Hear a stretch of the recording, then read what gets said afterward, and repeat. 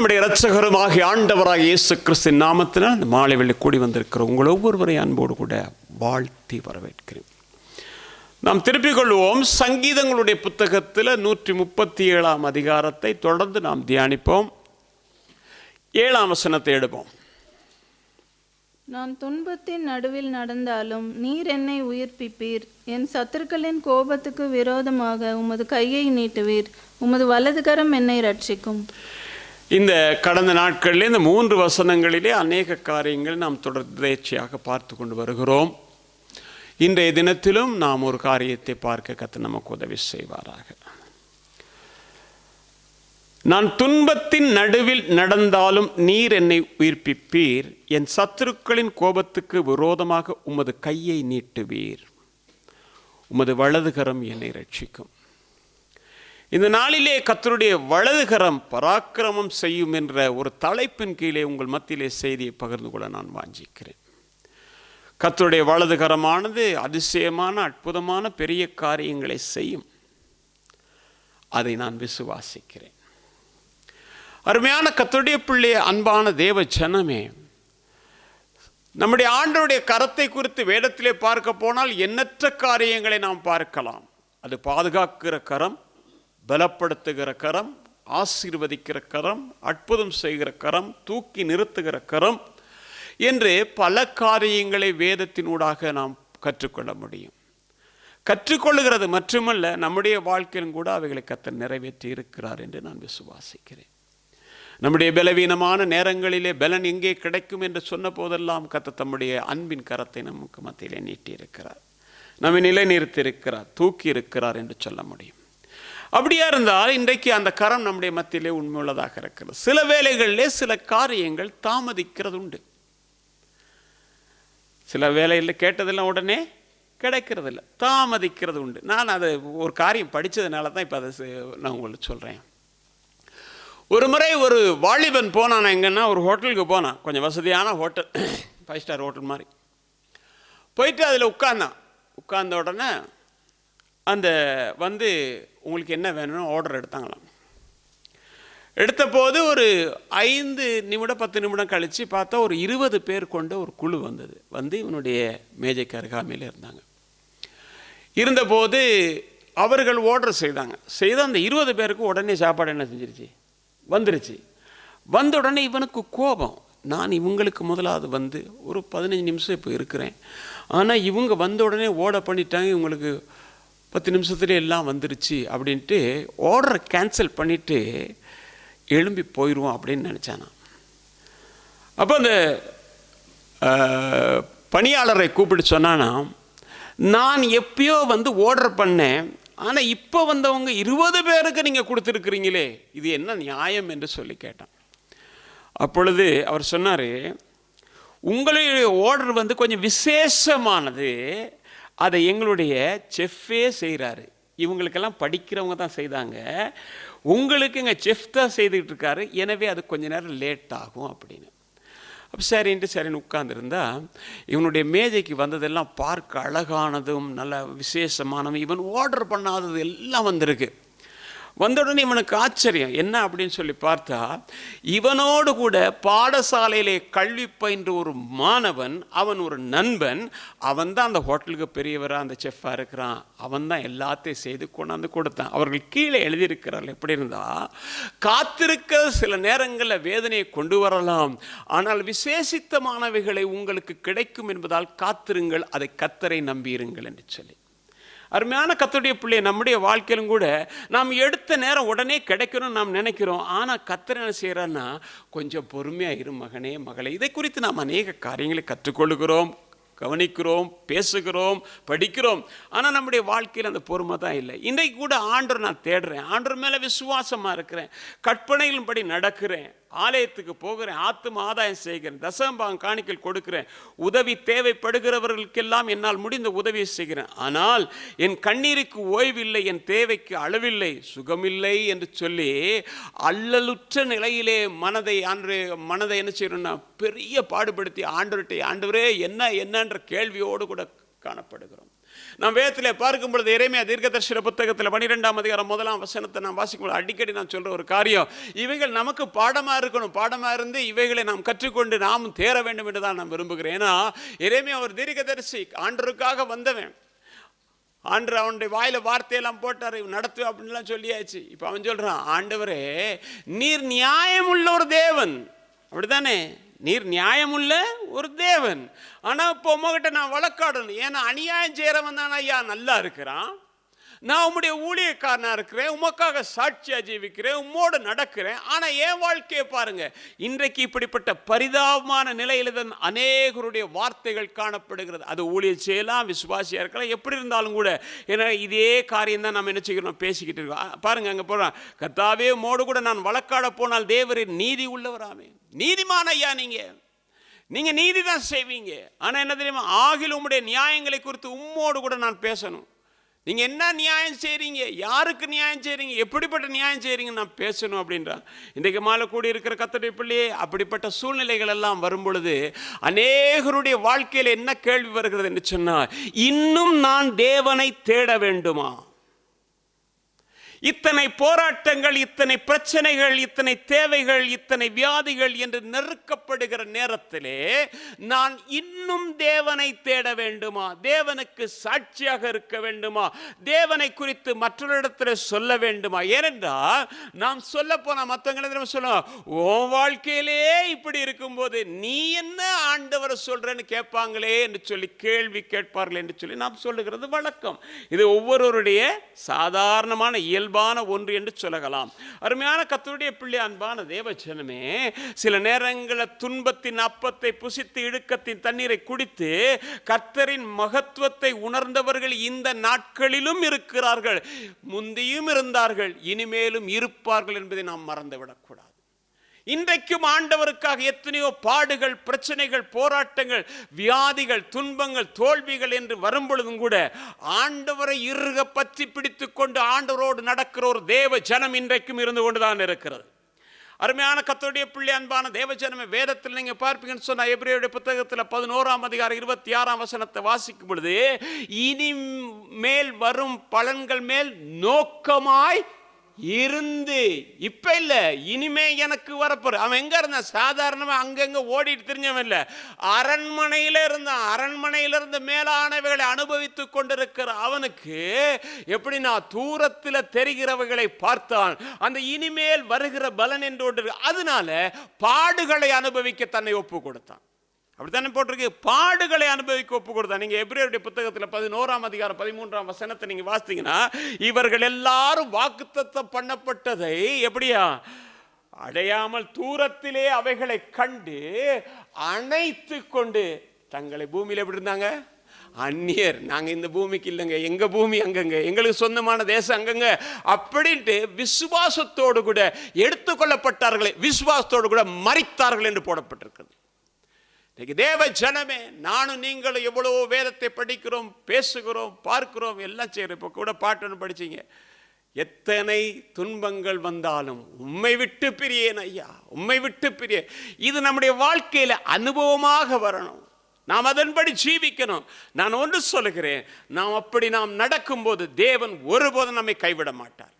எப்படியோ இந்த உலகத்தில் நம்மை ஆசீர்வதிப்பார், நம்மை கொண்டு போய் சேர்க்க வேண்டிய இடத்துல நம்ம சேர்க்க கொண்டு. அருமையான கர்த்தருடைய பிள்ளை, அப்படியா இருந்தா நான் சொன்னேன், இந்த மாதிரி வாழ்க்கைகளில் இழப்புகளை சந்தித்தும் கூட கர்த்தருக்காக தைரியமாக இருந்தவர்கள் சிலரை நாம் இந்த மாலை வேளையில பார்ப்போம். முதலாவது வாசிப்போம், 2 ராஜாக்களுடைய புத்தகத்தில் 5ஆம் அதிகாரம் 2-3 வசனங்களை நாம் வாசிப்போம். சீரியாவில் இருந்து தண்டுகள் புறப்பட்டு இஸ்ரவேல் தேசத்திலிருந்து ஒரு சிறு பெண்ணை சிறைப்பிடித்து கொண்டு வந்திருந்தார்கள். அவள் நாகமானின் மனைவிக்கு பணிவிடை செய்து கொண்டிருந்தாள். அவள் தன் நாச்சியாரை பார்த்து, என் ஆண்டவன் சமாரியாவில் இருக்கிற தீர்க்கதரிசியின் இடத்தில் போவாரானால் நலமாயிருக்கும், அவர் இவருடைய குஷ்டரோகத்தை நீக்கி விடுவார் என்றாள். 7ஆம் வசனம் வாசிங்க சிஸ்டர். இஸ்ரவேலின் ராஜா அந்த நிருபத்தை வாசித்த போது அவன் தன் வஸ்திரங்களை கிழித்து கொண்டு, ஒரு மனுஷனை அவன் குஷ்டரோகத்தில் நின்று நீக்கிவிட வேண்டும் என்று அவன் என்னிடத்தில் நிருபம் அனுப்புகிறதற்கு கொல்லவும் உயிர்ப்பிக்கவும் நான் தேவனா? இவன் என்னை விரோதிக்க சமயம் தேடுகிறான் என்பதை சிந்தித்து பாருங்கள் என்றான். சரி, நமக்கு இது ரொம்ப பரிச்சயமான பகுதி. இஸ்ரவேல் ஜனங்கள் இருக்கிறாங்க, சீரியர்கள் படையெடுத்து போகிறார்கள். அங்க போயிட்டு என்ன செய்யறாங்கன்னா, பிடிச்சிட்டு வர்றாங்க. பிடித்து கொண்டு வந்தவர்களிலே ஒரு சிறு பெண், அப்படிதானே? இந்த சிறு பெண் குழந்தை, பிள்ளை, வாலிபத்துக்கு முதல்ல ஒரு சிறு பெண், 12 வயதா இருக்கலாம், 14, ஏன்னா அதிகாரம் எப்படின்னா 18 வயசு வாலிப பெண். அதுக்கு இடைப்பட்ட ஒரு சின்ன பிள்ளை, சிறு பிள்ளைன்னு போட்டிருக்கு, ஒரு 12 வயசு இல்லாட்டி 13 வயசு வச்சுக்கோமே. அந்த பிள்ளைக்கு அப்பா, அம்மா, சகோதரர்கள், சகோதரிகள், அத்தை, மாமா, தாத்தா, பாட்டி, நண்பர்கள் எல்லாம் இருந்திருப்பாங்க. அந்த பிள்ளையினுடைய வாழ்க்கையிலும் கூட ஒரு தூர நோக்கத்தோடு, ஒரு அப்படியெல்லாம் எழுதலை, நான் சொல்றேன், ஒரு தூர நோக்கத்தோடு கூட பார்த்திருக்கலாம். தன்னுடைய எதிர்காலத்தை இப்படி அமைக்க வேண்டும், நான் இந்த நிலைமைக்கு வர வேண்டும், நான் இப்படி படிக்க வேண்டும், இதை செய்ய வேண்டும் என்று சொல்ற ஒரு தூர நோக்கத்தோடு கூட பார்த்திருக்கலாம். ஒருவேளை அந்த பிள்ளை கடைசி பிள்ளையா இருந்திருக்கலாம், இல்ல ஒரே ஒரு பிள்ளையா இருந்திருக்கலாம், வீட்டில் எல்லாருடைய அன்பை பெற்ற ஒரு பிள்ளையாக இருக்கலாம். இப்ப இந்த பிள்ளையை தனிமைப்படுத்தி கொண்டு வந்திருக்கிறார்கள். எங்க கொண்டு வந்திருக்கிறாங்க? நாகமானுடைய வீட்டில் கொண்டு வந்து நாகமானுடைய மனைவிக்கு பணிவிடை செய்யும்படியாக. அருமையான கர்த்தருடைய பிள்ளை, அன்பான தேவஜனமே, இந்த நிலையிலே நானும் நீங்களும் இருப்போமே ஆனால் நம்முடைய மனநிலை எப்படி இருக்கும்? நம்ம என்ன யோசிச்சிருப்போம்? எங்க அப்பா அம்மா எல்லாம் சொன்னாங்க, என்னது, எகிப்து தேசத்தில் இருந்து ஆண்டவர் ஓங்கிய புயமும் பலத்த கரத்தினாலும் விடுதலை செஞ்சுட்டு வந்தாரு, பார்வோனை சேனை அழிச்சாரு, செங்கடலை பிளந்தாரு, எரிகோவை தகர்த்தாரு, யோர்தானை பிரிச்சாரு. அப்படிப்பட்ட தேவன் இருந்திருந்தா ஏன் எனக்கு இந்த நிலைமை? கேட்போமா இல்லையா? நம்மள கேட்போம், மனுஷன் தானே. ஆண்டவர் அவ்வளவு வல்லமுள்ள தேவனாய் இருந்திருந்தால் என்னை தனிமைப்படுத்துகிறதுக்கு என்ன?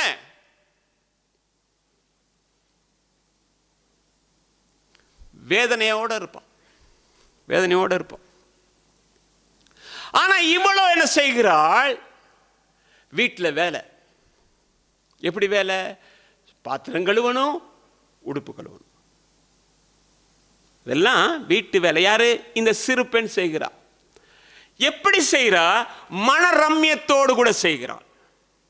அதாங்க முக்கியம்.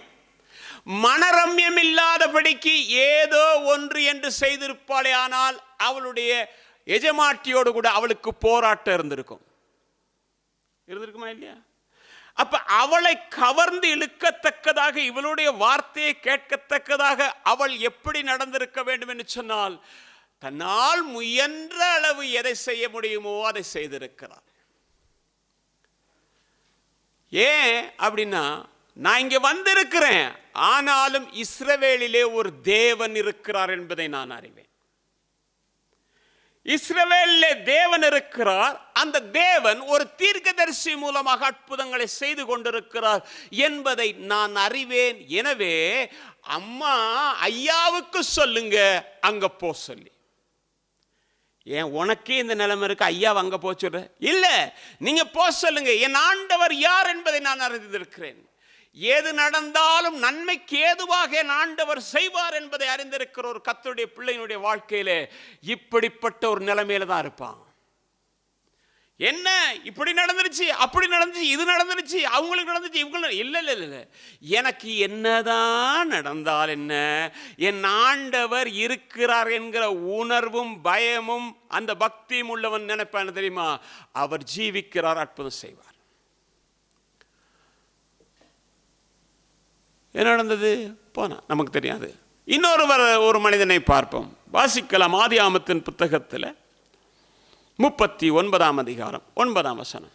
இந்த வீட்டிலே என்னிலும் பெரியவன் இல்லை.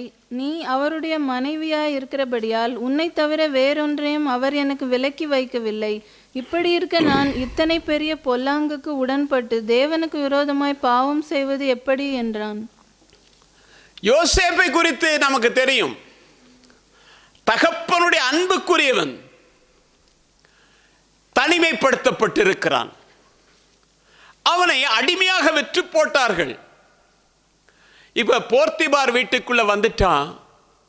நான் அடிமையா என்ன வித்துட்டாங்க வித்துட்டாங்க வித்துட்டாங்கன்னு சொல்லிக்கிட்டே அழுதுகிட்டு இருந்தானா? தன்னால் இயன்ற அளவு எதை செய்ய முடியுமோ அதை செய்திருப்பான் என்று நான் விசுவாசிக்கிறேன். அவனுடைய ஒவ்வொரு அசைவுகளையும் பார்த்த போத்திபார் என்ன செய்தான் என்று சொன்னால், இந்த வீட்டுக்கே நீதான் அதிகாரி என்று ஒப்புக் கொடுத்தான். இப்ப என்ன சொல்றா அவ? இப்படிப்பட்ட ஒரு காரியம் சொல்லும்போது அவன் என்ன தெரியுமா சொல்லுகிறான்? தேவனுக்கு பயந்தவனால தேவன் இங்கே இருக்கிறார் என்று சொல்லுகிறான். அந்த உணர்வு அவனுக்கு இருந்தது. அவன் சொல்றான், இந்த வீட்டிலே என்னிலும் பெரியவன் ஒருவனும் இல்லை, ஆனாலும் இங்கே எல்லாவற்றுக்கும் பெரியவர் ஒருவர் பார்த்து கொண்டிருக்கிறார் என்கிற உணர்வு எனக்கு இருக்கிறது. அடிமையா தானே வந்துட்டேன், என்ன வித்தாங்க, ஆண்டவர் இப்படி பேசினாரு இப்படி பேசினாரு, இன்னைக்கு ஏன் இப்படி இருக்கிறேன், இந்த ஆண்டவர் எனக்கு தேவையில்லைன்னு சொல்லல. வாலிபனான அவன் என்ன செய்தான் சொன்னார், என் வாழ்வு தேவனுக்குரியது, கடைசி வரைக்கும் நான் தேவனோடு தான் இருப்பேன். எத்தனை துன்பம் வந்தால் என்ன, என் ஆண்டரை விட்டு யாருமே என்ன செய்ய முடியாது. அதனால தான் நீங்க பார்ப்பீங்கன்னு சொன்னா, ரோமருக்கு எழுதின 8ஆம் அதிகாரம் 36ஆம் வசனத்தை நீங்க வாசித்தீங்கன்னா, கிறிஸ்துவின் அன்பை விட்டு பிரிப்பவன் யார்? உபத்திரவமோ, வியாகுலமோ, துன்பமோ, பசியோ, நிர்வாணமோ, நாசமோ, பட்டயமோ, எதுவுமே பிரிக்க முடியாது என்று சொல்லுகிறான். இன்னைக்கு தேவ பிள்ளையே, நம்முடைய வாழ்க்கையில எப்படிப்பட்ட ஒரு சூழ்நிலையில் இருக்கிறோம்? ஒருவேளை இவைகள் பிரிக்காமல் விடலாம், ஆனால் சில நேரங்களில் மேன்மை பிரித்து விடும், உயர்வு பிரித்து விடும், வசதி பிரித்து விடும். நீங்க வேதத்தில் வாசித்து பார்த்தீங்கன்னா, வாசிங்க அந்த வசனத்தை 6ஆம் அதிகாரம் 22. சிங்கங்கள் என்னை சேதப்படுத்தாதபடிக்கு, சிங்கங்கள் என்னை சேதப்படுத்தாதபடிக்கு தேவன் தம்முடைய தூதனை அனுப்பி, தேவன் தம்முடைய தூதனை அனுப்பி அவைகளின் வாயை கட்டி போட்டார். அவைகளின் வாயை கட்டி போட்டார். அதேனென்றால், அது ஏனென்றால், அவருக்கு முன்பாக நான் குற்றமற்றவனாய் காணப்பட்டேன். யாருக்கு? அவருக்கு முன்பாக குற்றமற்றவனாய் காணப்பட்டேன். ராஜாவாகிய உமக்கு முன்பாகவும் நான் நீதிகேடு செய்ததில்லை என்றான். ராஜாவுக்கு முன்னதாக என்ன செய்யல? நீதிகேடு செய்ததில்லை. அருமையான கர்த்தருடைய பிள்ளையே, சிறைப்பிடிக்கப்பட்டு வந்த தானியேல், அவனோடு கூட இன்னும் வாலிபர்கள் வந்தார்கள். ஒரே தேசத்தில் பக்கத்து வீட்டுக்காரன், முன் வீட்டுக்காரன் நிறைய பேர் வந்திருப்பான். இப்ப என்னது? 4 வாலிபர்கள் தீர்மானம் பண்ணுகிறார்கள், ஒரு பிரதிஷ்டை உள்ள ஜீவியம் ஜீவிக்கணும், நாம் ஆண்டவருக்கென்று ஜீவிக்கணும்.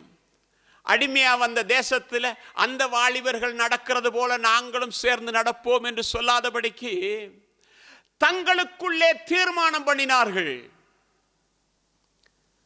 நாங்கள் உயிருள்ள வரைக்கும் தேவனுக்காக ஜீவிப்போம். எனவேதான் அந்த 3 பேரும் சொன்ன தெரியுமா, எங்க தேவனால் எங்களை ரட்சிக்கவும் முடியும், ரட்சிக்காம விடவும் முடியும்.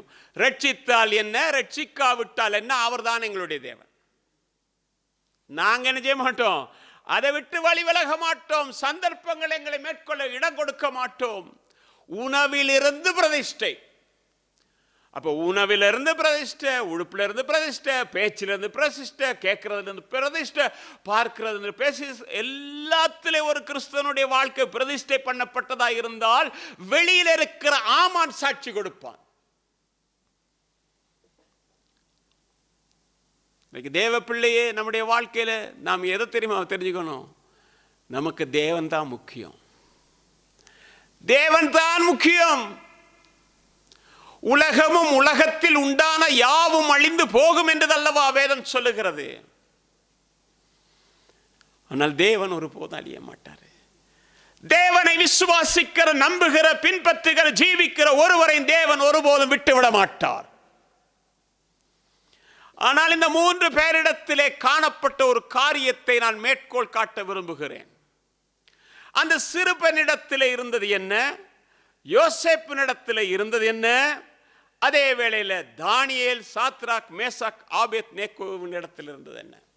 தானியேல் சாட்சி கொடுக்கும்போது சொல்லுகிறான், நான் தேவனுக்கும் உமக்கும் நீதிகேடு செய்ததில்லையா என்று சொல்லுகிறான்.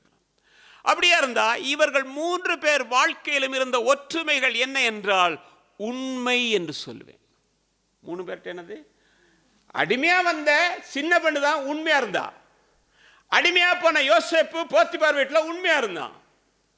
அடிமையா வந்த தானியேல், சாத்ராக், மேசாக், ஆபேத்நேகோ உண்மை உள்ளவர்களாக இருந்தார்கள். அருமையான கர்த்தருடைய பிள்ளை, அன்பான தேவச்சனமே, ஒரு மனிதனிடத்திலே காணப்பட வேண்டியது உண்மை, உத்தமம். எங்கே காணப்பட வேண்டும் என்று சொன்னால், ஒரு கணவன் மனைவிக்கு உண்மையா இருக்கணும், ஒரு மனைவி கணவனுக்கு உண்மையா இருக்கணும், ஒரு பிள்ளை பெற்றோருக்கு உண்மையா இருக்கணும், பெற்றோரும் கூட பிள்ளைகளுக்கு உண்மையா இருக்கணும், சபைக்கு விசுவாசி உண்மையா இருக்கணும், ஊழியக்காரன் விசுவாசிக்கு உண்மையா இருக்கணும், நண்பர்களுக்கிடையே நண்பர்கள், சகோதரர்களிடத்திலே சகோதரர்கள், கர்த்தருக்கு ஒவ்வொரு இடத்திலும் உண்மை உள்ளவர்களாக இருக்கணும். விசேஷமாக அந்த சிறு பெண் எஜமாட்டிக்கு உண்மையா இருந்தா, யோசேப்பு எஜமானனுக்கு உண்மையா இருந்தான், தானியேல் ராஜாவுக்கு உண்மையா இருந்தான். நாம் நம்முடைய எஜமான்கள் உலக பிரகாரமாக இருந்தாலும் அவர்களுக்கும் உண்மை உள்ளவர்களாக நாம் இருக்கணும். நாம் உண்மை உள்ளவர்களா இருந்தா தேவன் அதை பார்க்கிறார். நீங்க உண்மை உள்ளவர்களாக, நான் உண்மை உள்ளவர்களாக இருக்கும் போது கூட அநேக உபத்திரவங்கள், பாடுகள், பிரச்சனைகள், செய்யாததை செய்தேன் என்று சொல்லி ஜெயிலுக்கு போனான். ஆனாலும் உண்மையிலே நிலைத்திருந்தான். சீரிய தேசத்திலிருந்து வந்த பெண் கண்ணீரோடு தான் வந்தா, ஆனாலும் உண்மையா இருந்தா. தானியேல், சாத்ராக், மேசாக், ஆபேத்நேகோ என்பவர்கள் வேறு பிரிக்கப்பட்ட ஜீவியத்தோடு கூட எப்படிப்பட்ட சூழ்நிலையா இருந்தாலும் கர்த்தருக்கு உண்மையா இருந்தாங்க. எபேசியருடைய புத்தகத்தில் 6ஆம் அதிகாரம் 6ஆம் வசனத்தையும் 8ஆம் வசனத்தையும் ஒரு முறை வாசிங்க சிஸ்டர். எடுத்தவங்க வாசிங்க. மனுஷருக்கு பிரியமாயிருக்க விரும்புகிறவர்களாக பார்வைக்கு ஊழியம் செய்யாம, மனுஷருக்கு பிரியமாயிருக்க பார்வைக்கு ஊழியம் செய்யாம, கிறிஸ்துவின் ஊழியக்காரராக, கிறிஸ்துவின் ஊழியக்காரராக மனப்பூர்வமாய் தேவனுடைய சித்தத்தின்படி செய்யுங்க. மனப்பூர்வமாய் தேவனுடைய சித்தத்தின்படி செய்யுங்க. 8ஆம் வசனம். மனுஷருக்கென்று ஊழியம் செய்ய, மனுஷருக்கென்று ஊழியம் செய்யாம கர்த்தருக்கென்றே நன்மனதோட ஊழியம் செய்யுங்க. என்னது? எஜமான உண்டாக்குனதும் கர்த்தர் தான். இன்றைக்கு உண்மை இருக்கணும். எதுல இருக்கணும்? கர்த்தர் கொடுத்தது தான் எல்லாம் எனக்கு. என்னுடைய பலத்தினால், என்னுடைய சுயத்தினால் நான் செய்து கொண்டேன் என்றால் நான் கர்த்தருக்கு எதிலையும் உண்மையா இருக்க வேண்டிய அவசியம் இல்லை. இல்லை, தேவனால் தான் எனக்கு வேலை கிடைச்சது, தேவனால் தான் குடும்பம் கிடைச்சது, தேவனால் தான் பிள்ளை கிடைத்தது, தேவனால் தான் சபை கிடைத்தது, தேவனால் தான் எனக்கு இந்த பாடசாலை கிடைத்தது என்று உணரும் பட்சத்தில் ஒவ்வொன்றும் தேவனால் கொடுக்கப்பட்டது என்றால் தேவனுக்கு உண்மை உள்ளவர்களா இருக்கணும், மனுஷருக்கு உண்மை உள்ளவர்களா இருக்கணும். சில நேரம் நாம யோசிக்கிறேன்னு தெரியுமா, தேவனுக்கு மட்டும். ரொம்ப பேர் அப்படித்தான். அது சின்ன ஊழியமா இருக்கலாம், பெரிய ஊழியமா இருக்கலாம். சின்ன இதை படிக்க ஸ்கூலுக்கு போறியா, அது உன் ஊழியம். உண்மையா இருக்கணும். அன்னைக்கு அந்த உண்மையா இருந்திருந்தா எங்கேயோ இருந்திருப்போம். அதான் நான் அடிக்கடி நினைச்சு கண்ணீர் விடுறது. அன்னைக்கு பெற்றோரை ஏமாத்தி, ஆசிரியரை ஏமாத்தி, சமுதாயத்தில் நல்லவன், அந்தரங்கத்தில் கெடுதல், பாவி. எல்லா பாவத்தையும் தண்ணீரை போல குடித்துக் கொண்டிருந்தேன். ஆனால் கிருபை ஏதோ என்னை இங்க கொண்டு வந்து நிறுத்திருக்கு. பெற்றோருடைய ஜெபம், அந்த பரிசுத்தவான்களுடைய ஜெபம் என்னை நிறுத்திருக்கிறது. அப்படியா இருந்தா அருமையான கர்த்தருடைய பிள்ளையே, எல்லாம் கர்த்தர் எனக்கு எதெல்லாம் என்னை நம்பி கொடுத்திருக்கிறாரோ நம்பி தாங்க கொடுப்பாரு. கர்த்தர் நம்பி தான். வாசிங்க மத்தேயு எழுதின சுவிசேஷம் முதலாவது பார்ப்போம். 2 கொரிந்தியர் புத்தகம் 8ஆம் அதிகாரம் 21ஆம் வசனத்தை வாசிங்க. கர்த்தருக்கு முன்பாக மாத்திரமல்ல, கர்த்தருக்கு முன்பதாக மாத்திரமல்ல, மனுஷருக்கு முன்பாகவும் யோக்கியமானவைகளை செய்ய நாடுகிறோம். மனுஷருக்கு முன்பதாகவும் என்ன செய்கிறோம்? யோக்கியமானதை செய்ய நாடணும். மனுஷருக்கு முன்பதாக இவர்களிடத்தில் உண்மை இருக்கிறது, நேர்மை இருக்கிறது.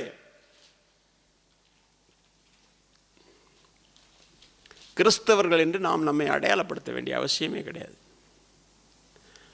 பேதுரு சொல்கிறான், நீங்கள் வாசிக்கிற அவ்வளோதான், பைபிள் எங்கன்னா இவங்க தான் அப்படின்றான். ஏன்னா நாங்கள் அவருடைய அடிச்சுடலில் பின்பற்றி போகிறோம். அப்படி தானே நாம் நிறுவோம். பவுல் சொல்கிறான் 1 தீமோத்தேயு புத்தகத்தில் 1ஆம் அதிகாரம் 2ஆம் வசனத்தில், என்னை பலப்படுத்துகிற நம்முடைய கர்த்தராகிய இயேசு கிறிஸ்து என்னை உண்மையுள்ளவன் என்று எண்ணி இந்த ஊழியத்திற்கு ஏற்படுத்தி இருக்கிறார். உண்மை உள்ளவன் என்று எண்ணி. இன்றைக்கு உங்களையும் என்னையும் உண்மை உள்ளவன் என்று எண்ணிதான் கர்த்தர் ஒரு காரியத்தை ஒப்பு கொடுக்கிறார். அது சின்ன காரியமா இருக்கலாம், பெரிய காரியமா இருக்கலாம். சின்ன காரியத்திலே உண்மை இல்லைன்னா பெரிய காரியத்தில் எப்படி உண்மையா இருக்க முடியும்?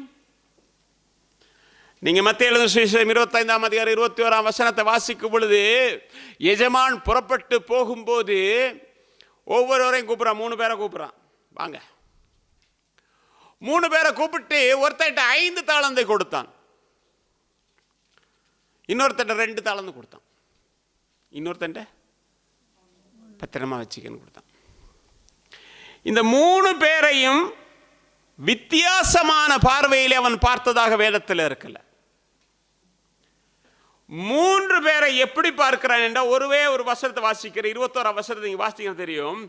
அவனுடைய எஜமான் அவனை நோக்கி, நல்லது உத்தமனும் உண்மையும் உள்ள ஊழியக்காரனே, கொஞ்சத்திலே நீ உண்மையாயிருந்த. 5 தாளந்து கொடுத்தவனுக்கு இது சொல்றாரு.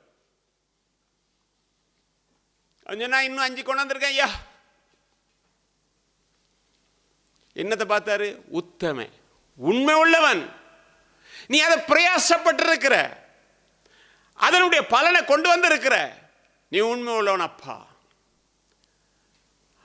2 வாங்கினவனை உண்மை உள்ளவன் தான் பார்த்தாரு. 1 கொடுத்தவனிடத்திலும் அவனும் உத்தமனும் உண்மையாக இருப்பான் என்று தான் நம்பி கொடுத்தார். இன்னைக்கு மாலை கூடி இருக்கிற கர்த்தருடைய பிள்ளையே, உங்களிடத்திலும் என்னிடத்திலும் எதையெல்லாம் கர்த்தர் கொடுத்தாரோ அத்தனையும் கணக்கு கேட்கிற ஒரு நாள் வரும். அந்த நாளிலே உண்மையும் உத்தமமும் உள்ளவன் என்று பெயர் பெறத்தக்கதாக தேவன் இந்த மாளில் நம்மை தகுதிப்படுத்துவாராக. அருமையான கர்த்தருடைய பிள்ளை, அன்பான தேவஜனமே, அதான் நீதிமொழியின் புத்தகத்தில் 22ஆம் அதிகாரம் 29ஆம் வசனத்தை வாசிக்கும் பொழுது இவ்விதமாக அழகாக சொல்லுகிறது. தன் வேளையில் ஜாக்கிரதையா இருக்கிறவனை நீ கண்டால், தன் வேளையில் ஜாக்கிரதையா இருக்கிறவனை நீ கண்டால், அவன் நீசருக்கு முன்பாக நில்லாமல் ராஜாக்களுக்கு முன்பாக நிற்பான். யார் முன்னால? ராஜாக்களுக்கு முன்பாக. நாம் எல்லாம் ஒரு நாள் எங்க தெரியுமா நிற்போம்? உண்மை உள்ளவர்களாக நாம் ராஜாதி ராஜாவுக்கு முன்பதாக நிற்போம், ஆண்டவருக்கு முன்பதாக நிற்போம். ஆண்டப்பா சொல்ற, உண்மை உள்ள மகனே, உண்மை உள்ள மகளே, நீ கொஞ்சத்துல உண்மையா இருந்த, கொஞ்சத்துல உண்மையா இருந்த, குடும்பத்தில் உண்மையா இருந்த, நண்பர்கள் மத்தியில் உண்மையா இருந்த, சகோதரர் மத்தியில் உண்மையா இருந்த, எல்லா இடத்திலும் உண்மையா இருந்த. இப்படிப்பட்ட பேரை தான் நாம் வாங்கணும். அழிவு வரும்பொழுது கூட கர்த்தர் சாட்சி கொடுப்பார். அழிவு வரும்போது கர்த்தர் சாட்சி கொடுப்பார். எப்படி தெரியுமா? உத்தமனும் சன்மார்க்கனும் நீதிமானும். நோவாவை குறித்து, ஒரு யோபுவை குறித்து, உங்களை குறித்து, என்னை குறித்து இதே சாட்சி. அதற்காக தான் நாம் அழைக்கப்பட்டிருக்கிறோம். வயிற்று வலி அவனுக்கும் வருது, நமக்கும் வருது. காய்ச்சல் அவனுக்கும் வருது, நமக்கும் வருது. தேவை அவனுக்கு வருகிறது, நமக்கு தேவை வருது. நாமும் ஜெபிக்கிறோம், தோல்விகளை சந்திக்கிறோம். நாமும் ஜெபிக்கிறோம், வெற்றிகளை காணுகிறோம். எல்லாம் பொதுவாக இருக்குது. அப்படிதானே இருக்கு? எங்கேயாவது மாறி இருக்கா? அவனுக்கு இருக்க, நமக்கு இருக்குது. ஆனால் வித்தியாசம் எங்கே இருக்குன்னா, நமக்கு வேறுபட்ட ஒரு வாழ்க்கை இருக்கிறது. நாம் ராஜாதி ராஜாவுக்கு முன்பதாக நிற்கத்தக்கதாக. எப்படி யார் நிற்பா? தன் வேலையில் ஜாக்கிரதையாய் இருக்கிறவன், தன்னிடத்தில் ஒப்புவிக்கப்பட்டவைகளுக்கு உண்மையாக இருக்கிறவன். அருமையான கர்த்தருடைய பிள்ளை, அன்பான தேவச்சனமே, அப்படியா இருந்தால் இந்த கரத்தின் செயல் என்ன செய்யணும்? அந்த வலது கரம் நமக்கு பராக்கிரமம் செய்யும், நம்மை உயர்த்தும், உங்கள் குடும்பத்தை உயர்த்தும், உங்கள் பிள்ளைகளை உயர்த்தும், உங்கள் தனிப்பட்ட வாழ்க்கை உயர்த்தும். நீங்கள் வேலை செய்கிற இடத்துல ஆசீர்வதிக்கப்படுவீங்க, நீங்கள் போகிற இடத்துல ஆசீர்வதிக்கப்படுவீங்க, நீங்கள் வர்ற இடத்துல ஆசீர்வதிக்கப்படுவீங்க. உங்களுக்கு விரோதமாக ஒரு விரல் நீட்டுனா அந்த விரல் நீட்டுதல் நீங்கள் ஒரு நாள் என்ன செய்வீங்க? ஏன்னா நம்மக்கிட்ட உண்மை இருந்தால் எங்கே வேணாலும் போகலாம், என்ன வேணாலும் செய்யலாம். அருமையான கர்த்தருடைய பிள்ளை, அன்பான தேவச்சனமே, நீங்கள் சங்கீதங்கள் புத்தகத்தில் 17ஆம் அதிகாரம் 7ஆம் வசனத்தை வாசித்தீங்கன்னா கர்த்தருடைய வலது கரம் என்ன செய்யணும் கொஞ்சம் பார்ப்போம். உம்மை நம்புகிறவர்களை அவர்களுக்கு விரோதமாய் எழும்புகிறவர்களை நின்று உமது வலது கரத்தினால் தப்புவித்து ரட்சிக்கிறவரே, உம்முடைய அதிசயமான கிருபையை விளங்க பண்ணும். என்னது?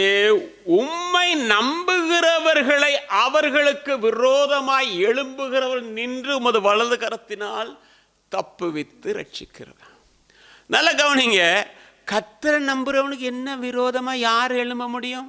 ஒரு வழியாய் வருவான் 7 வழியா போகணுங்கிட்டு தானே பாட்டு பிடிச்சிக்கிட்டே இருப்போம். எங்களுக்கு கர்த்தரை தேடுறோம், எங்களுக்கு ஒரு நன்மையும் குறையாது, எங்களுக்கு சத்துரு வரவே மாட்டேன். வேதம் எல்லாம் சொல்லுது. ஒரு பக்கம் மறைச்சி வச்சுட்டு சத்தியம்னா என்னன்னா எல்லாம் ஆசீர்வாதம்னு சொன்னா ஒன்றும் செய்ய வழி இல்லை. யாரு? கர்த்தரை நம்புகிறவர்கள்.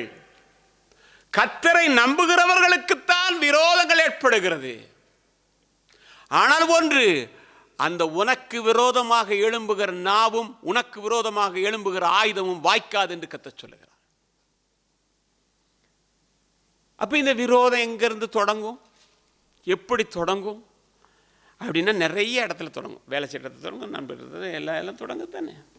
குறிப்பாக நமக்கு எங்கே தெரியுமா தொடங்கும்? எங்கே தொடங்கும்? அங்கே தான் தொடங்கும். எங்கே?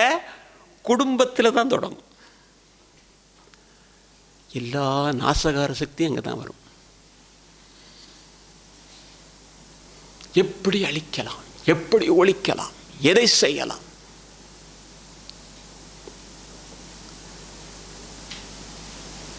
எங்கள் குடும்பத்தில் ஒரு கிறுக்கன் இருக்கு, அவனால் பெரிய தொல்லை.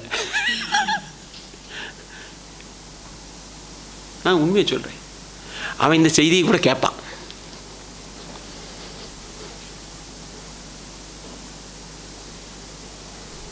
இயேசு சொன்னார், என்ன சொன்னார்? உனக்கு சத்துரு யாரு?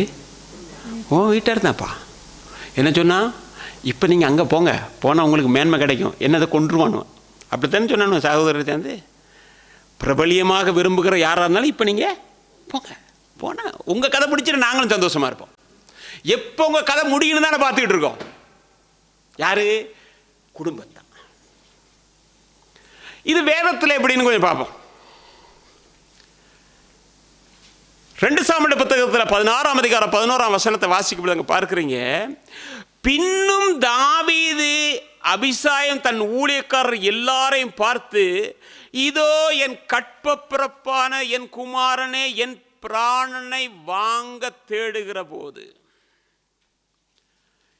என் கற்ப பிறப்பு என்ன செய்யறான்? எப்ப இவனை கொள்ளலாம் அப்படின்னு என்ன செய்யறான்? பிளான். ஏன்னா தாவீது தலையில் துண்டை போட்டுட்டு அழுதுகிட்டே போகிறான். போகும்போது சீமை அந்த பக்கம் வந்து கல்லடிச்சிட்டு போகிறான். நமக்கு தெரியும். நான் எங்கேருந்து கொண்டு வரேன்? நான் உங்களுக்கு கதை புஸ்தகங்கள்லேருந்து கொண்டு வரதுக்கு கூட விருப்பம் இல்லை, வேதத்துலேருந்து கொண்டு வரது தான் விருப்பம். இனிமேல் தான் வேதத்தையே நான் சொல்லிக்கிட்டு இருக்கேன். யோசேப்பை சொன்னால் யோசேப்பை சொல்லிக்கிட்டு இருக்கேன், இயேசுவை சொன்னால் சொல்லிக்கிட்டு இருக்கேன், மாத்தாளை சொன்னால் மாதா. இங்கேருந்து ஏன்னா நிறைய புத்தகங்களில் எல்லாம் இருக்குது. வாசிட்டு வந்து இந்த கதையை அந்த கதையெல்லாம் சொல்லிட்டு போயிடுறது லேசு. ஆனால் இல்லை, நீங்கள் வேதத்தில் வளரணும், வேதம் உங்களுக்குள்ளே இருந்து கிரியை நடப்பிக்கணும் என்று தான் என்னுடைய வாட்சை. நடக்குது, போகிறான். அப்போ அபிஷாய் கேட்குறான், இந்த செத்த நாய் ராஜாவை பார்த்து இப்படி பேசிட்டு போகிறானே, போயிட்டு ஒன்று போட்டு வந்துடுவா அப்படின்னு கேட்குறான். அவன் பொல்லாத ஆள். வேணாப்பா வேணாம். ஏன்னா அவன் புறத்தியான், குடும்பத்துக்குள்ளே பிரச்சனை இருக்குது. அதுதானே, குடும்பத்துக்குள்ளே பிரச்சனை. வேற யாரும் இல்லை. அவனுக்கு முதல் சத்துரு சவுல் மாமே. மாதிரிலாம் சத்துரு தான். இல்லை உங்களை சொல்லலை, ஏன் மாமனை பற்றி சொல்லிக்கிட்டு இருக்கேன். அவன் தான் இருக்கேன்.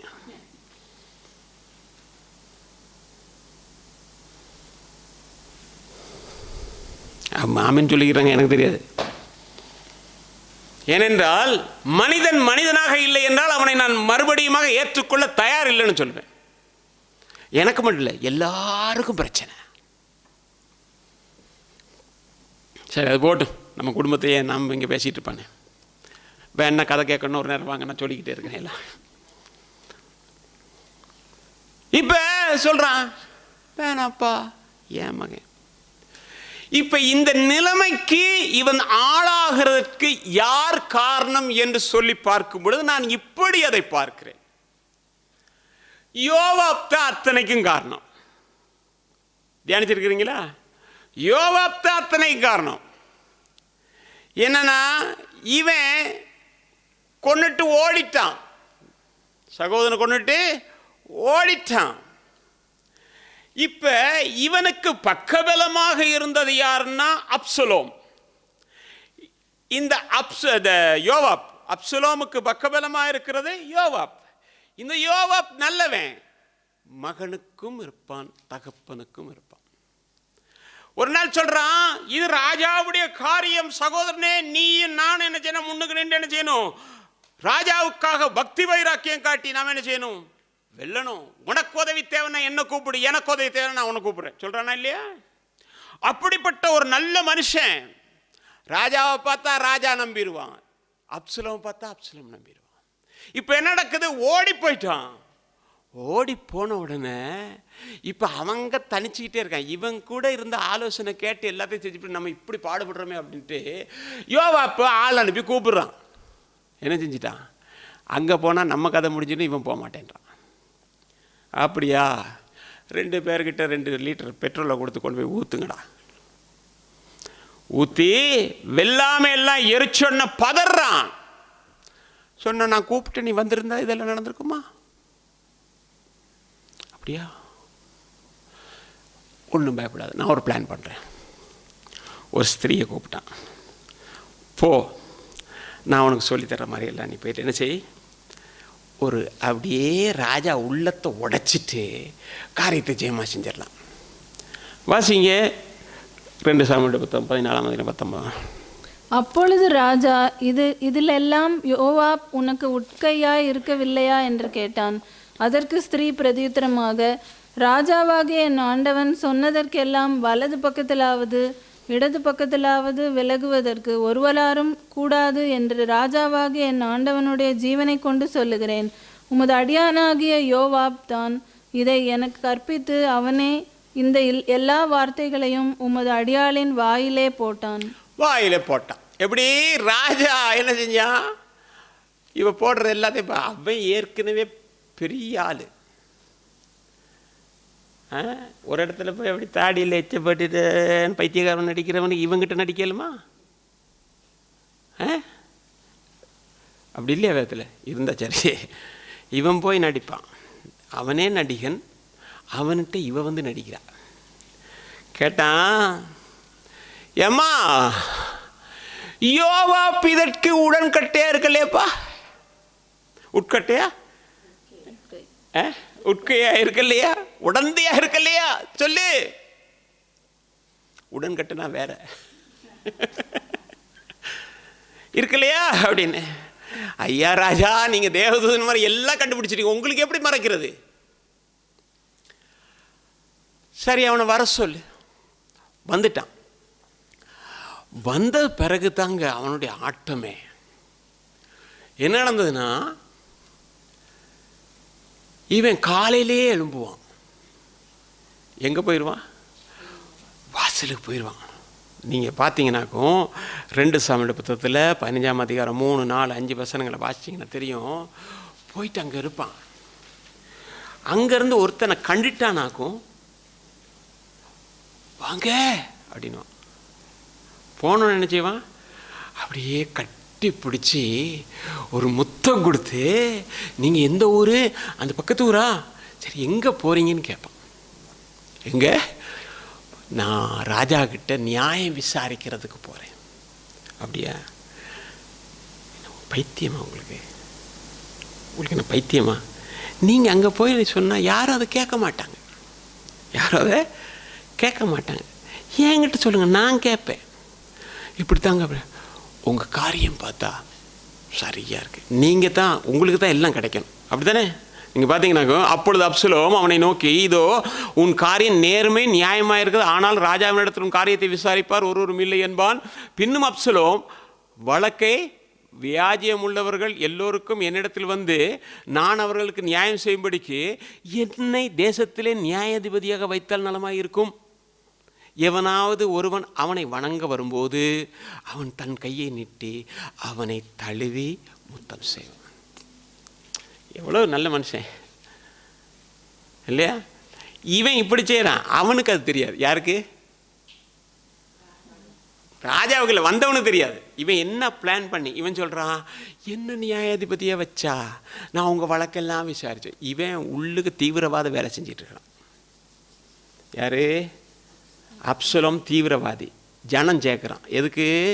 ராஜாவை எப்போ போடுறது. ராஜா கர்த்தரை நம்பி இருக்கிறான்.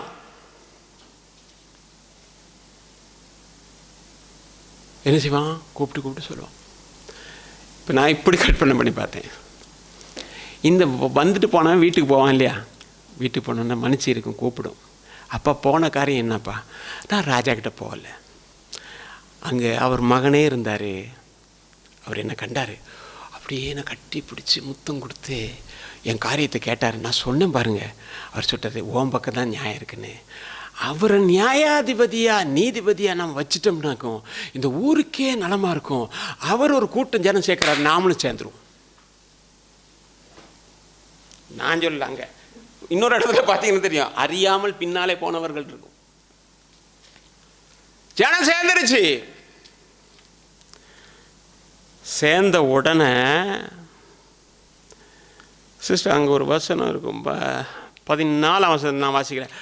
அப்பொழுது அப்சலோம் இஸ்ரவேல் மனுஷர் அனைவரும் இல்லை 14 ரைட் ஓகே 5ஆம் வசனத்தை ஒரு முறை வாசிங்க. 2 சாமுவேல் இல்லை நான் வாசிடுறேன். ஓகே போதும், நான் சொல்கிறேன். அப்போ என்ன நடந்தது?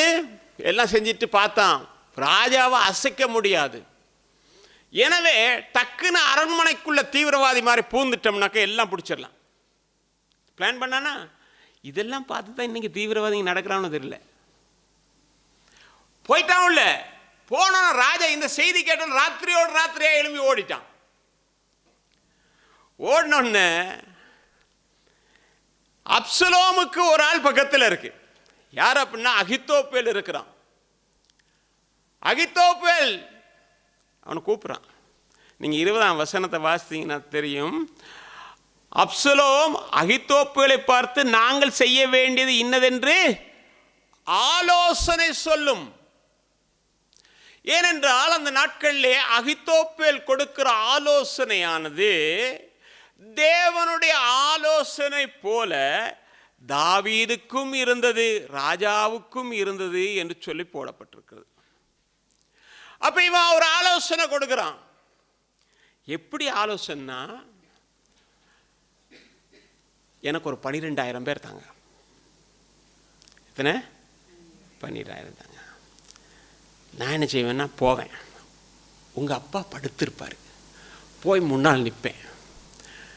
நின்ன உடனே தாவீது அப்படின்னு எழும்புவார். இதை பார்த்தோன்னு ஜனங்கள் என்ன செஞ்சிருவாங்க? ஓடிடுவாங்க. என்கிட்ட பட்டையர் ஒரே குத்திடுவேன். அப்படி தானே? நான் தான் அவனை குலைச்சு. அப்படி தானே சொல்கிறான். யார் இவன்? நண்பன், ஆலோசனை கொடுக்கிறவன். தாவீது எதை செஞ்சாலும் இவன்ட்ட கேட்பான், என்ன செய்யறது? மகனும் அப்படி தான் கேட்பான், என்ன செய்யறது, எப்படி செய்யறது? அப்படி ஆலோசனை சொல்கிறவன் எதிரியாக வந்து நிற்கிறான். ஆனால் பராக்கிரமம் செய்கிற கரம், அந்த கரத்துக்கு சொந்தக்காரருடைய கண்கள் தாவீதை பார்க்கிறது. ஏனென்றால் தாவீது கர்த்தரை நம்பினவன், கர்த்தரை விசுவாசிக்கிறவன், கர்த்தரை பாடுறவன், கர்த்தரை துதிக்கிறவன், அப்படிப்பட்டவன். இவன் சொன்ன ஆலோசனையை கேட்ட உடனே அங்கேருந்து மூப்பர்மாரும் அதே வேளையில் என்னென்னா அப்சலோமுக்கும் ரொம்ப அருமையான ஆலோசனை நாம் செய்வோம் அப்படின்போது ஆண்டவர் ஒன்று போடுறார். என்ன, இதையே கேட்டுட்டு இருக்காதப்பா, அங்கே யார் இருக்கா? ஊசா இருக்கா, கூப்பிட அவனை. ஊசாக்கிட்டேயும் ஒன்று கேளு, ஊசாக்கிட்டேயும் கேளு. அவன் டக்குன்னு சொன்னான், உங்கள் அப்பா ஒன்றும் சாதாரண ஆள் கிடையாது, அவர் யுத்தத்தில் வல்லவன் மட்டும் இல்லை, புத்தியில் மேன்மையானாலும். நீங்கள் நினைக்கிறீங்களா ஜனங்களோடலாம் சேர்ந்து படுப்பாருன்னு? படுக்க மாட்டார், தனியாக எங்கேயாவது படுத்துருவார். அதனால் நீங்கள் நினைக்கிற மாதிரி ஒவ்வொரு முறையும் அகித்தோப்பல் கொடுக்குற ஆலோசனை சூப்பர் தான், ஆனால் இந்த முறை சரியில்லைன்றான். அப்படி தானே சொன்னேன், இந்த முறை அவர் கொடுத்த ஆலோசனை சரியில்லை அப்படின்னு. நீங்கள் 14ஆம் வசனம் வாசிங்கன்னா 17-14 என்னதான், அகித்தோப்பலின் ஆலோசனையை பார்க்கிலும் ஊசாயின் ஆலோசனை நல்லது என்று கண்டு இது செஞ்சது யார்? கர்த்தர் அகித்தோப்பலின் நல்ல ஆலோசனையை அபத்தமாக்கிட்டார். நல்ல ஆலோசனை அவன்ட ஆலோசனை. ஏன்னா இன்னைக்கு தேவ பிள்ளையே, நீ கர்த்தரை நம்புவான்னு சொன்னா உனக்கு விரோதமாக எத்தனை பேர் திட்டங்களை போட்டு செய்தாலும் உன்னை ஒருவரும் அசைக்க முடியாது. உன்னை ஒருவரும் அசைக்க முடியாது. உன் குடும்பத்திலே இருக்கலாம், உன் பிள்ளைகளாக இருக்கலாம், அல்லது போனால் உன் சகோதரராக இருக்கலாம், சகோதரியாக இருக்கலாம், வேலை சிரமமாக இருக்கலாம், அல்லது எந்த இடமா இருந்தாலும் சரி, நீ கர்த்தரை மட்டும் நம்பி இருப்பேன்னு சொன்னால் நீ ஒருபோதும் கைவிட மாட்ட. அந்த வழக்கரம் உனக்காக பராக்கிரமம் செய்யும். என்ன நடந்தது? 2 சாமுவேல் 17:23 வாசிங்க சிஸ்டர். போவோம். அகித்தோப்பேல் தன் யோசனையின்படி நடக்கவில்லை என்று கண்டபோது தன் கழுதையின் மேல் சேணம் வைத்து ஏறி தன் ஊரில் இருக்கிற தன் வீட்டுக்கு போய் தன் வீட்டு காரியங்களை ஒழுங்குபடுத்தி நாண்டு கொண்டு செத்தான். போச்சா? முடிஞ்சு. யாரை போடணும்னு நினச்சான்? தாவீது. நீங்கள் யாருன்னா, நீங்கள் தேவனுடைய பிள்ளைகள், தேவனுடைய ரத்தத்தினால் சம்பாதிக்கப்பட்டவர்கள். நீங்கள் அவர்களுக்கு குமாரன் குமாரத்தியமாக இருக்கிறீங்க. தேவ பிள்ளையே, இந்த உலகத்தில் யாரும் உனக்கு விரோதமாக எழும்பினாலும் நீ கர்த்தரை மட்டும் நம்பியிருந்தால் கர்த்தருடைய கரம் பராக்கிரமம் செய்யும். நீங்கள் பார்ப்பீங்கன்னாகும் சங்கீதங்களுடைய புத்தகத்தில் 63:8 வாசிக்கும் பொழுது பார்த்தா, என் ஆத்துமா உம்மை தொடர்ந்து பற்றி கொண்டு இருக்கிறது, உமது வலது கரம் என்னை தாங்குகிறது. அப்படியே 108 6 வாசிங்க சிஸ்டர். உமது பிரியர் விடுவிக்கப்படும் பொருட்டு உமது வலது கரத்தினால் ரட்சித்து எங்கள் ஜெபத்தை கேட்டருளும். என்னது? உம்மை பற்றி கொண்ட ஆண்டவரே, என் ஆத்துமா என்றைக்கு உம்மை தெரிஞ்சு கொண்டு அன்னையிலிருந்து பற்றி கொண்டு இருக்கிறேன். அன்னையில இருந்து இன்னைக்கு வரைக்கும் உம்முடைய வலதுகரம் என்னை தாங்குகிறது. அந்த வலதுகரம் எப்ராயிமை நடத்துகிறது போல என்னை நடத்துகிறது. என்னை ஆசீர்வதிக்க வேண்டிய இடத்துல ஆசீர்வதிக்கிறது. அந்த கரத்தை நான் பற்றி கொண்டேன் ஆண்டவரே. அந்த கரத்தினாலே எங்களை விடுவித்தவரே, எங்கள் ஜெபத்தை கேளும் என்று சொல்லுகிறான். இன்னைக்கு மாலை கூடியிருக்கிற கர்த்தருடைய பிள்ளையே, கர்த்தரை நீ உறுதியாய் பற்றி கொண்டிருக்கிறது நல்லது. கர்த்தருடைய வார்த்தையை விசுவாசிக்கிறது நல்லது. ஆனால் என்ன தெரியுமா செய்யணும்? வேதம் கடைசியா எங்கள் சொன்னதானே கேட்பாரு. ஜெபத்தை சொன்னதானே கேட்பாரு. ஆண்டவரை நோக்கி கதறணும். நானும் தான் குறவு, ஜெபத்தில் நானும் தான் குறவு. நான் உண்மையை தான் சொல்றேன். நான் போன கிழமையும் சொன்னேன், நல்ல ஜெபம் பண்ணுங்க, வியாதிகள் உங்களை விட்டு போகும், வேதனைகள் உங்களை விட்டு போகும், பிரச்சனைகள் உங்களை விட்டு போகும். அப்படியே எது இருந்தாலும் கர்த்தருடைய கரம் அதன் மத்தியில் உங்களை ஆற்றி தேற்றி அரவணைத்து உங்களை சமாதானத்தை சந்தோஷத்தோடு கூட நடத்தும். கேட்கணும். ஆண்டவரே ஜெபத்தை கேளுங்க. நீங்கள் பார்த்தீங்கன்னா மாட்களும் சுவிசேஷம் 4:39 வாசிக்கும் போது அங்கே பார்த்தீங்கன்னா இயேசு கிறிஸ்து படகுல போகிறார், தூங்குறார். தூங்கணுன்னு போய்ட்டு எழுப்புறாரு. நாங்கள் மடிந்து போகிறது உங்கள் சித்தமா ஆண்டவரே? எழும்பி காற்றை அதற்றினார், கடலை பார்த்து வலது கையினாலே தம்முடைய கிரியை நடப்பித்தார். நீங்கள் மத்திய எழுதின சுவிசேஷம் 9:29 வாசிக்கும் பொழுது அந்த குருடருடைய கண்களை தொட்டார், தொட்டு அவர்களை பார்வையிட செய்தார். அந்த கரம் இன்றைக்கு மாலவில்லை உன் சரீரத்தையும் கத்து தொடுகிறார். உனக்கு அற்புதம் செய்வார். உன்னுடைய தோல்விகளை வெற்றிகளாய் மாற்றி கொடுப்பார். நீ ஜெபம் பண்ணு, ஆண்டுகிட்ட கேளு, ஆண்டவரே ஆண்டவரேன்னு சொல்லி கேளு. அந்த கானானிய ஸ்திரீ மாதிரி விடாத, ஒரு யாக்கோபு போல விடாத. நீ விடாமல் கத்தரை பின்பற்றுவாய் என்று சொன்னால், கத்தர் இடத்துல விண்ணப்பம் பண்ணுவேனா, தேவன் உன் விண்ணப்பத்தை கேட்பார், உன்னை உயர்த்துவார். அருமையான கத்தருடைய பிள்ளை, அன்பான தேவஜனம், கத்தர் செய்கிற அற்புதங்கள்லாம் வந்து இயற்கைக்கு அப்பாற்பட்டதாக தான் இருக்கும். எந்த மனுஷனும் நினைக்க முடியாத செய்வார். நீங்கள் போய் இந்த உலகத்தில் யார்கிட்டயா கேளுங்க, காகம் அப்போ கொண்டு போய் கொடுத்துனே சொல்லணும், பைத்தியமான கதையாக சொல்கிறீங்க அப்படிதானே? என்ன பைத்தியம்? ஆனால் எலியான்ற ஒரு மனுஷனை காகத்தை கொண்டு தான் கத்தர் போச்சா. எதை கொண்டு போச்சா? அப்போ மட்டும் கொடுத்துருந்தாலும் பரவாயில்ல, அது டேஸ்ட் இல்லைன்னு போட்டிருக்கேன், இறைச்சியும் கொடுத்துருக்காரு இல்லையா? ஒரு துண்டு கிடச்சின்னா என்ன ஓட்டம் ஓடாது. ஆனால் அது கொண்டு போய் நேராக போட்டிருக்கு, நாங்கள் சாப்பிடுங்க பாஸ்டர் அப்படின்னு. கத்தர் உண்மை உள்ளவராக இருக்கிறார். நீங்கள் நினைக்கலாம் இவைகள் நடக்கிறதுக்கு வாய்ப்பு இல்லை, கிடைக்கிறதுக்கு வாய்ப்பு இல்லை. அது உங்களுடைய காரியம். தேவனுடைய கணக்கின்படி இருக்கிற காரியத்தை யாரும் அவமாக்கவோ அழிக்கவோ முடியாதுன்னு சொல்லுகிறேன். உயர்த்துவேன் என்று சொன்னால் கர்த்தர் உயர்த்தித்தான் ஆவார். நிறுத்துவேன் என்று சொன்னால் நிறுத்தித்தான் ஆவார். சுகம் கொடுப்பேன் என்று சொன்னால் கொடுத்துத்தான் ஆவார். நம்முடைய தேவனால் எல்லாம் முடியும். இது மனுஷரால் கூடாதான். சரி, இப்போ நமக்கு நேரமான டக்குன்னு 2 காரியத்தை சொல்லிட்டு போகிறேன். சங்கீதம் 118:15 வாசிங்க.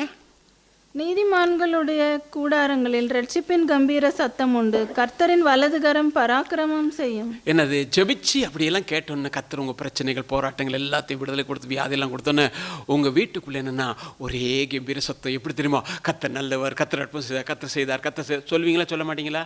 நான் நேற்று அங்கே பானுசாசில் ஒரு பொடியை பார்க்குறேன், 100 மில்லியன் போகிறான். சின்ன பொடியே, அவன் அதை படிச்சிருக்கா, அதை சொல்லிகிட்டே போகிறான். அப்பா பார்க்கல 100 மில்லியன் போகிறான். அப்போ நம்ம எப்படி இருப்போம்? நமக்கு கொடுத்தா நம்ம ஆண்டர் சந்தோஷத்தோடு கூட போய் ஊரெல்லாம் போய் சொல்லுவோம், ஆண்டர் செய்தார், ஆண்டர் கொடுத்தாரு, ஆண்டர் சுகம் தந்தார், ஆண்டர் கையின் பிரயாசம் தந்தார், அதை சந்திச்சார், இதை செஞ்சார் சொல்லுவோமா இல்லையா? கூடாரத்தில் கம்பீரன் சத்தத்தின்னு கேட்கும். அந்த தேவன் எப்போனா அவரை கூப்பிடும் பொழுது தான் அந்த அற்புதம் செய்கிறார். நீங்கள் சங்கீதம் 48:10 மட்டும் கடைசியாக வாசிங்க. டக்குனு தேவனே, உமது நாமம் விளங்குகிறது போல உமது புகழ்ச்சியும் பூமியின் கடையாந்தரங்கள் பரியந்தமும் விளங்குகிறது. உமது வலதுகரம் நீதியால் நிறைந்திருக்கிறது. உமது வலதுகரம் நீதியால் அது லஞ்சத்தினால் நிறையாது இல்லையா? லஞ்சம் கொடுக்கவும் முடியாது, லஞ்சம் வாங்க முடியாது. நீதி உள்ள ஒரு தேவன் நமக்கு உண்டு. இன்றைக்கு நான் அதை மட்டும் சொல்லிட்டு முடிக்கிறேன். சில நேரங்களில் உங்களுக்கு ஏற்பட்ட அவமானங்கள், தோல்விகள், அல்லது போனால் உங்களை பற்றி சொன்ன காரியங்கள் நிமித்தமாக உள்ளம் அப்படியே நொந்து போயிருக்கலாம். எங்களுக்கு நீதி இல்லையே என்று சொல்லலாம். காண்கிற தேவன் ஒருவர் உண்டு, நீதி செய்கிற நேரம் என்று இன்னொன்று உண்டு. நீங்க வேதத்தில் பார்ப்பீங்கன்னாக்கும் 2 சாமுவேல் புத்தகம் 15ஆம் அதிகாரம் 12ஆம் அதிகாரம் 5ஆம் வசனத்தை வாசிக்கும் பொழுது அங்க பார்க்கிறீங்க, தாவீது எல்லாத்தையும் செஞ்சுட்டு மௌனமா இருக்கிற, யாருமே பார்க்கல. யாரு? உரியாவுக்கு கிடைக்க வேண்டிய நீதி கிடைக்கிறதுக்கு இனிமே வாய்ப்பில்லை என்று நினைக்கிறான். தேவன் பார்க்கிறார், தேவன் பார்க்கிறார். அந்த ஏழையை கர்த்தர் பார்க்கிறார். அவனிடத்தில் இருந்த உண்மையை கர்த்தர் பார்க்கிறார். அவன் சொல்றான், என் ஆண்டவன் அங்கே யுத்தத்தில் இருக்கும் போது இந்த நேரமா நான் வீட்டுக்கு போறது என்கிற அந்த உண்மையை கர்த்தர் பார்க்கிறார். அப்படிப்பட்ட மனிதனுக்கு, உண்மை உள்ள மனிதனுக்கு, ஏன்னா வேதமே சொல்லுகிறது உண்மை உள்ள மனுஷன் அதுதாங்க. எல்லா இடத்துலையும் உண்மை இருக்கணும். பார்த்தார் கர்த்தர், ஓஹோ அவன் கதை முடியலாம், அவன் உன் கதையை நான் தொடங்குறேன். அனுப்புனார் தீர்க்கதரிசிய. ஒரு இடத்துல 2 பேர் இருந்தாங்கப்பா. ஒருத்தர் காசுக்காரன், ஒருத்தர் ஏழை. காசுக்காரங்கிட்ட ஒருத்தன் வந்துட்டான் விருந்தாளி, ஏழை விட்டு ஆட்டப்படி நமக்கு தெரிந்தானே அடிச்சு கொண்டுட்டான். அப்படியா? அந்த மனுஷன் கொல்ல, வேற ஒருத்தன் இல்லை, நீ தான் அப்படின்னு சொன்ன. அந்த நாளில் தீர்க்கதரிசி பயமில்லாம் பேசுவான். இந்த நாளில் பேச முடியாது. பேசினா அவனை சிலுவையில் அரைஞ்சிருப்பாங்க. அந்த நாளில் பேசலாம். ஏய் அப்படின்னு. நம்ம சால்சாரம் தான் அதில் கெட்டிக்காரு. நான் உண்மையிலே பார்த்த பிரசங்கி மாதிரிலாம் சால்சாரம் மாதிரி பார்க்க, ஏம்மா உட்கார்லாட்டி வெளியில் போ. வந்த நேரம் பார்த்துட்டு ஒரே ஆட்டம் ஆடி ஓடிக்கிட்டே இருக்கிறியே. பிரசங்க இருக்குது, யூடியூப்பில் பார்த்தீங்கன்னா தெரியும். க்ளீனாக ஒரு பயம் இல்லை. ஏ ஆடிக்கிட்டே உட்கார் இல்லாடிப்பா. அந்த ஒரு மனுஷன் தான் தீர்க்கதரிசியமாக இருக்கான், யோவான மாதிரி. மற்றவன் எவன் பேசினாலும் சிறுவையில் அறிஞ்சிருவான். இன்னைக்கு நான் சொல்கிறேன், உங்களுக்கு வேலை செய்கிற இடத்துல உங்களுக்கு விரோதமாக காரியத்தை திட்டம் போட்டு செய்துட்டாங்க, கேட்குற கத்திருக்காரு. நீதி விசாரிக்கிற தேவன் விசாரிப்பார். நம்ம எல்லாரும் எழுந்துருது.